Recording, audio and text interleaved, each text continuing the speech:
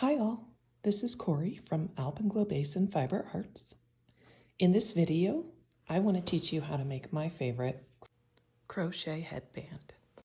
I wanted to insert some footage here of a trip that my family and I took to the amazing Bryce Canyon.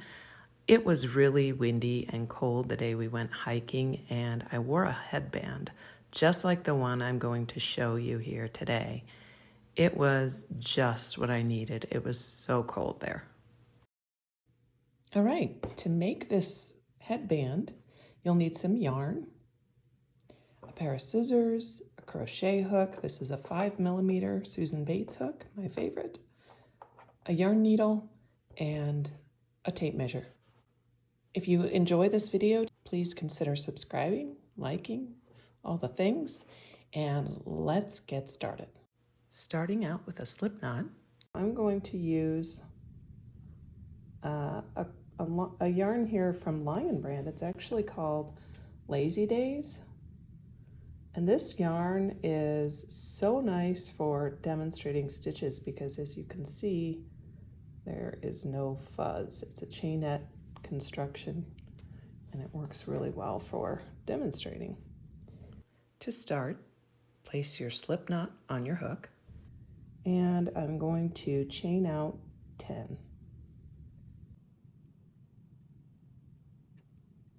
9 and 10. Okay, and from here, we're going to just place a normal single crochet in the second chain from the hook. So this is the first chain, this is the second chain, and it's important in this stitch that you actually work in the back bumps. So on the back side of those V's, you want to put your stitches right in those back bumps.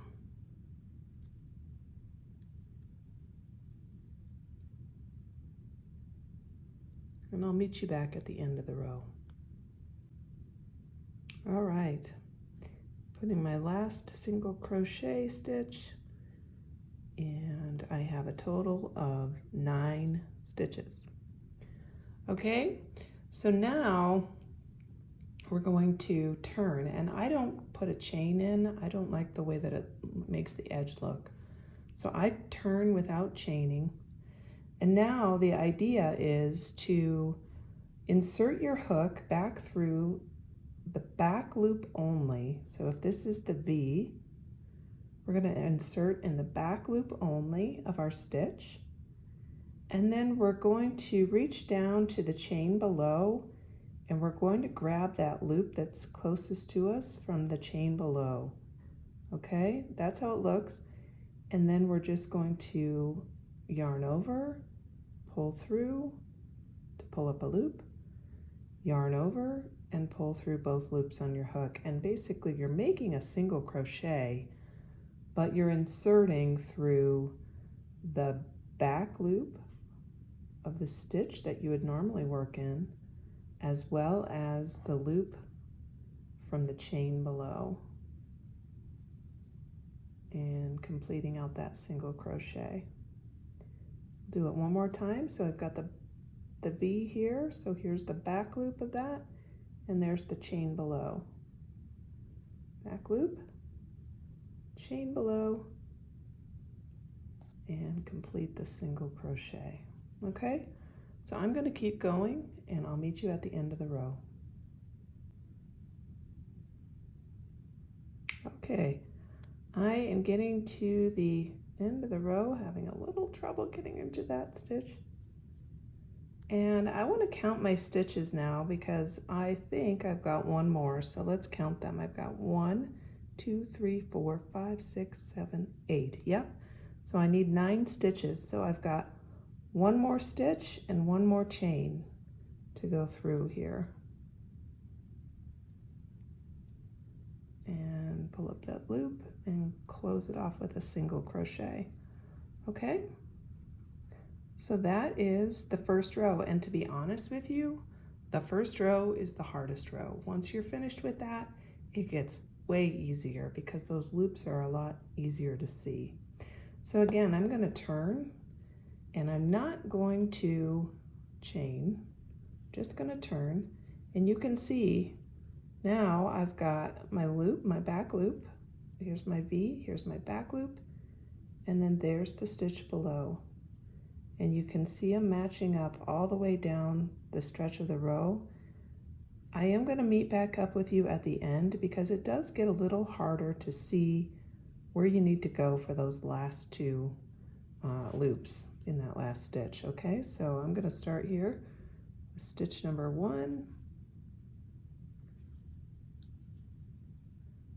number 2, and I'll meet you at the end of the row. All right, I've got 2 more stitches here at the end of the row. This one's pretty easy. You can see the back loop there and then the stitch, the available loop from the stitch or the row below. And now we're at the end. So I've got my last stitch, and you can see that the back loop has kind of gotten buried. So you kind of got to dig it out a little bit to get to it. Okay. And then this is just that available stitch from the row below. So it's not real hard, but it's just something you have to be aware of on that last stitch because we're not doing a chain 1 and turn. It can get a little bit buried in there, and we'll look at the next row here. Oh, I just chained after I said I wasn't going to do it. Okay, there we go. We're in the last stitch. We just completed the 9th stitch. So we're going to turn, no chain. And I want you to look here. So again, we've got our V's, and we'll go through there, and then the available loop from the stitch below all the way across until we get to the end. And you can see here again, that back loop of that last stitch is sort of buried in there. So you got to dig it out and then catch this loop and you're good to go. And that's the only trick to it, is to make sure you get that last loop that gets kind of buried underneath the stitch from the row below. And that's it. All right, I've completed a nice long strip of thermal stitch. This is a nice 1-row repeat, easy peasy. Here's the result. Mine measures a little over 19 inches, and I'd like to show you how to make this into a headband. When you're making a headband, you want to have about 3 inches or so less than the circumference of your head. And the reason for that is this will stretch. You can see that stretches quite a bit. And you want the headband to be nice and snug. You don't want it slipping off your head. I'm right here at my last stitch in the project, and I'm going to chain 1, pull up a long tail, because we're going to use this tail to do some sewing. That should be plenty. That's about 10 or 12 inches. I should have plenty and enough to weave in my ends. All right.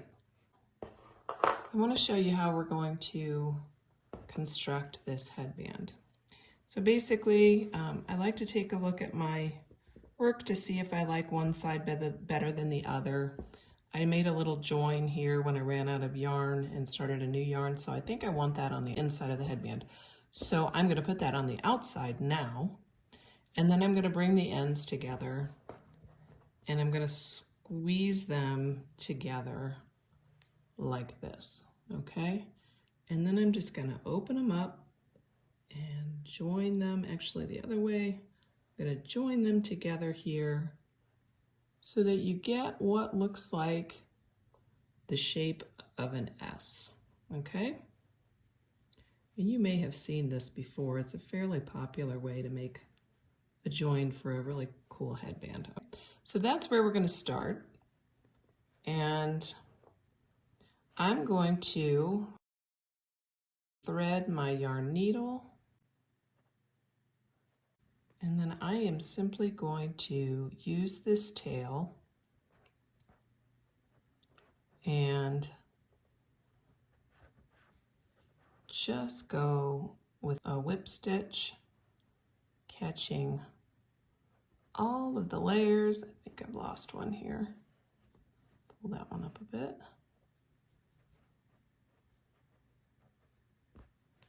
I want to make sure I get through all the layers of the S.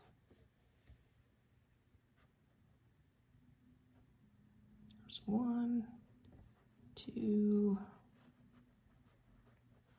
and just basically sew across the S so that you get everything nice and secure, making sure you get all those layers in there. This is the tail from the beginning.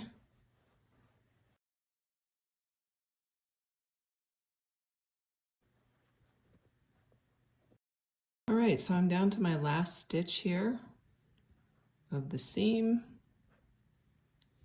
pulling it nice and tight, and I'm just going to go through one more time here and create a bit of a knot, going back through my yarn, pulling that nice and tight.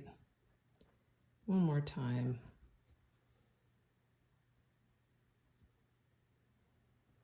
Okay, and that's it. I'm gonna weave these ends in later, but I want to show you the finished result. So now if I turn this the other way, inside out or right side out, I guess, here's what you get. So you get this nice little knot that you can put underneath the back of your neck so that it's a wide headband on the top and has a nice narrow gather in the back. Or you can put this right on top of your head and it makes kind of a cute gather right there. This stitch is really good for keeping out the wind and the cold. I keep one of these headbands in my purse and in my backpack when I go hiking all the time, because I just never know when in the mountains when there's going to be a cold breeze. It can happen any month out of the year, and I get earaches when I get really cold winds going through my ears. So this is super handy to keep around. It packs up nice and small, and I hope you enjoy making one of these headbands for yourself. Have a great day.